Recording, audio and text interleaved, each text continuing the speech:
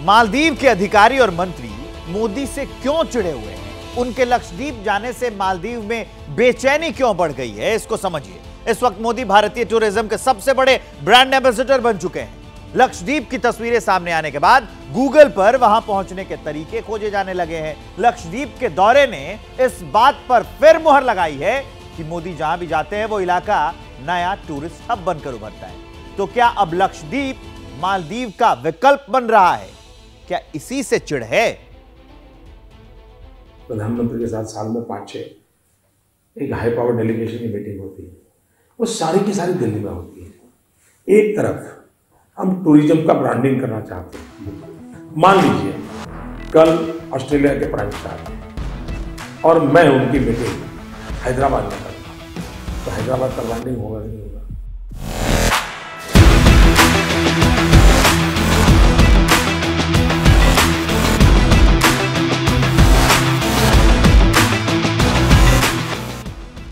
सुनकर समझ तो गए ही होंगे आप कि प्रधानमंत्री बनने से पहले ही टूरिज्म को लेकर मोदी का विजन कितना क्लियर था।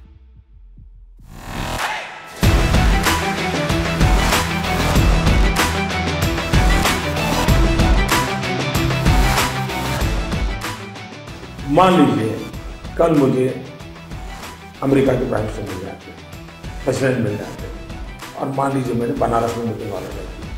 अच्छा, कार्यक्रम तो 6 महीने पहले तय होता है।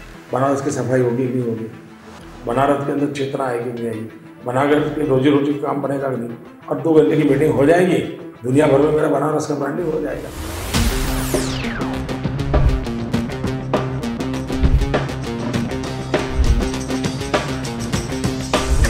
मोदी जानते थे कि हिंदुस्तान के पर्यटन में कितनी ताकत है और पीएम की कुर्सी पर बैठने से पहले ही उन्होंने ये बता दिया था कि कुर्सी संभालने के बाद वो कैसे भारत के टूरिज्म की तस्वीर बदलने वाले हैं। और तस्वीर बदली भी। सत्ता संभालने के 5 साल बाद प्रधानमंत्री मोदी का साल 2019 में दिया ये बयान सुनिए। साथियों, एनडीए सरकार के आने से पहले भारत में साल में 60-65 लाख विदेशी पर्यटक आते थे। अब भारत में आने वाले विदेशी पर्यटकों की संख्या 1 करोड़ को भी पार कर गई है। मोदी के किसी भी कार्यक्रम में, फिर चाहे वो चुनावी रैली हो या G20 की बैठक, इन सब के साथ साथ टूरिज्म कैसे उनके साथ हमेशा मौजूद रहता है, उसकी सबसे ताजा मिसाल है लक्षद्वीप।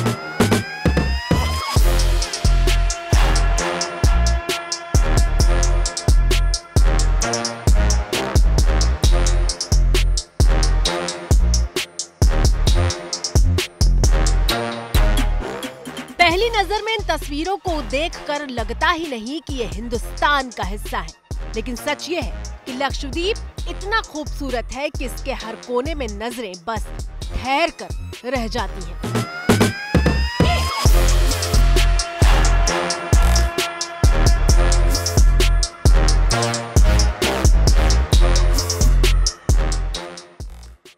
भारत के दक्षिण पश्चिम में अरब सागर में बसा एक द्वीप समूह है लक्षद्वीप।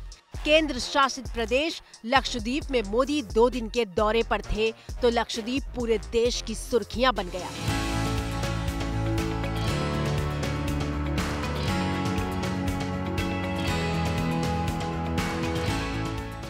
लक्षद्वीप की खूबसूरती को देखकर हिंदुस्तान दंग रह गया। करोड़ों लोगों के जहन में लक्षद्वीप का नाम अगली छुट्टियों के विकल्प के तौर पर कौंधने लगा। लक्षद्वीप की सुंदरता को शब्दों में समेटना बहुत मुश्किल है। जो लोग दुनिया के अलग अलग देशों के द्वीपों को देखने जाना चाहते हैं, वहाँ के समंदर से अभिभूत है, उनसे मेरा आग्रह है कि वो पहले लक्षद्वीप आकर जरूर देखें। आपकी स्क्रीन पर मौजूद है ये गूगल सर्च का रिजल्ट, जिसमें दिख रहा है कि पिछले 24 घंटे में लक्षद्वीप को सबसे ज्यादा बार ढूंढा गया। सोशल मीडिया पर इन तस्वीरों को शेयर करने के पीछे मोदी का मकसद यही तो था। वो देश और दुनिया को बताना चाहते थे कि लक्षद्वीप मालदीव से सुंदरता में कहीं से पीछे नहीं है। लक्षद्वीप की सुबह देखकर मन प्रसन्न हो गया। लक्षद्वीप की सुंदरता को शब्दों में समेटना बहुत मुश्किल है। हाँ, लक्षद्वीप पहुंचने के लिए थोड़ी मशक्कत जरूर करनी पड़ती है। अगर आप फ्लाइट लेकर कोच्चि पहुंचते हैं तो वहां से समंदर के रास्ते लक्षद्वीप जा सकते हैं और इस सफर में 15 से 20 घंटे का वक्त लगता है। अगाती एयरपोर्ट से लक्षद्वीप तक जाने के लिए भी बोट से सफर करना होता है, लेकिन लक्षद्वीप पहुंचते ही दुनिया बदल जाती है।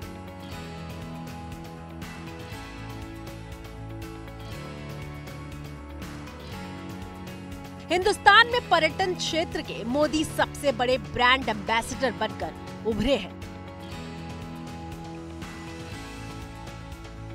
काशी विश्वनाथ धाम हो या फिर मध्य प्रदेश का कूनो नेशनल पार्क, मोदी ने पर्यटन इंडस्ट्री को चमकाने के लिए अपने ही अंदाज में काम किया है।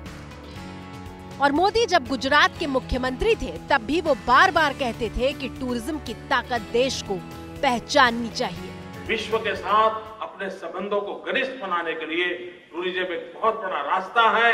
और मैंने कभी एक बार कहा था, tourism unites the world, terrorism divides the world. ये ताकत है टूरिज्म में।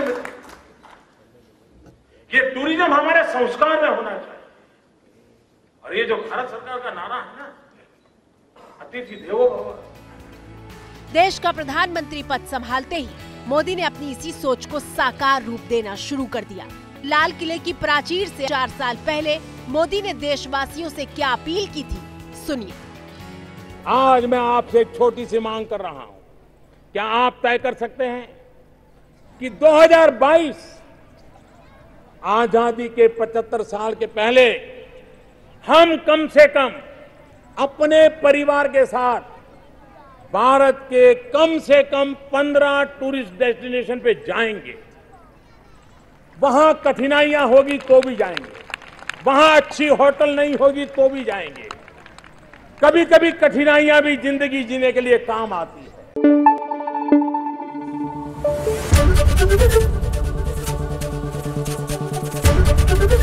एबीपी न्यूज आपको रखे आगे।